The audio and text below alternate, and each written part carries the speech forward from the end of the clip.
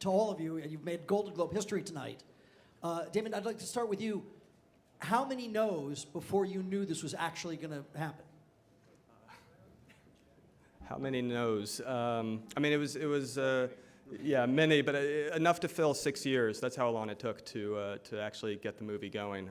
So I always actually remind myself of that. All of this is just so surreal, but the dream come true, the biggest dream come true I've ever had was literally our first day of shooting, standing there with the cameras rolling. That was just, and being surrounded by people like Emma, Ryan, and John, and my crew. It was the biggest gift. So all of this is just even more surreal because of that. I think Emma spoke to that so beautifully in her speech. The thing that moved me so much about the film, is this idea that the importance of pursuing your dream despite the obstacles, and I think it's a beautiful message for Damien to put out in the world, and it seems like a very appropriate time for that. I think Emma really spoke so beautifully to that in her speech. Well, thanks. Yeah. And yeah, I mean that I think is maybe kind of the key to what's inspiring about it right now. I also think that there's something about these two characters and what they're going through that feels very realistic and very human, even in these kind of fantastical, circumstances where they're singing and dancing and everything is so beautifully colorful. I think two people struggling in that way and falling in love and how it ultimately unfolds is something that I think everybody can relate to in some way, and what could have been. It meant the world to me. The whole point of this film for Terrell and I, Terrell Alvin McCraney, the playwright, was to tell a very truthful story about how we grew up.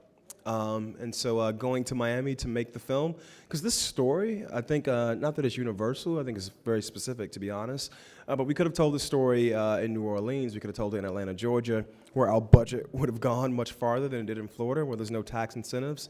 But Terrell and I are both from Miami, so the city, it's kind of cliche to say it was a character, but it really was a character in this film. And whenever people see this movie, I feel like they come to Miami. They sit down with us. They experience what it's like to grow up there. And so to have all these journalists from all over the world have taken this trip to Miami and awarded the film, it's proof positive that we did the right thing by sticking to our guns and shooting in Miami. I'm pro-love. I've been very supportive of love.